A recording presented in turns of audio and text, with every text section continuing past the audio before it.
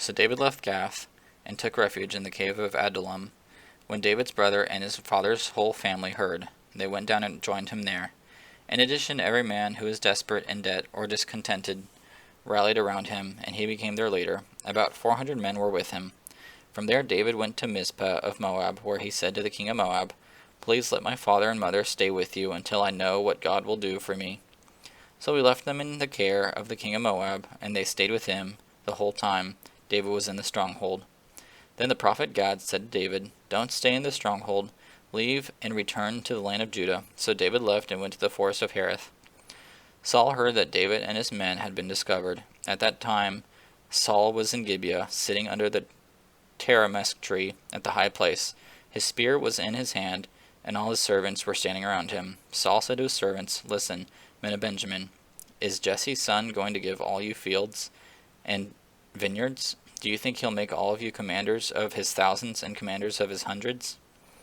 That's why all of you have conspired against me. Nobody tells me when my own son makes a covenant with Jesse's son.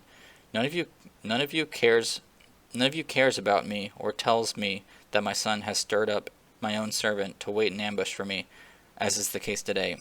Then Doeg the Edomite, who was in charge of Saul's servants, answered, "I saw Jesse's son come to Ahimelech, son of Ahitub, at Nob. Ahimelech inquired of the Lord for him and gave him provisions. He also gave him the sword of Goliath the Philistine."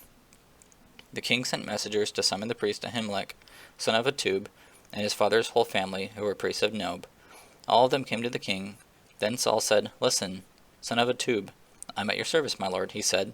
Saul asked him, "Why did you and Jesse's son conspire against me? You gave him bread and a sword and inquired of God for him so he could rise up against me and wait in ambush, as is the case today." Ahimelech replied to the king, "Who among all your servants is as faithful as David? He is the king's son-in-law, captain of your bodyguard, and honored in your house. Was today the first time I inquired of God for him? Of course not. Please don't let the king make an accusation against your servant or any of my father's family, for your servant didn't have any idea about all of this." But the king said, "You will die, Ahimelech, you and your father's whole family." Then the king ordered the guards standing by him, "Turn and kill the priests of the Lord, because they sided with David." For they knew he was flaying, but they didn't tell me. But the king's servants would not lift a hand to execute the priests of the Lord. So the king said to Doeg, "Go and execute the priests." So Doeg the Edomite went and executed the priests himself. On that day he killed 85 men who wore linen ephods.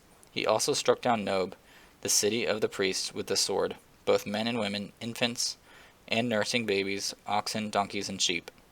However, one of the sons of Ahimelech, son of Ahitub, escaped.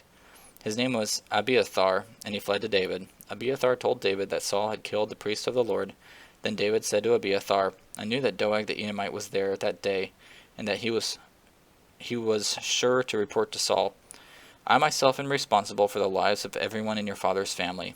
Stay with me, don't be afraid, for the one who wants to take my life wants to take your life. You will be safe with me."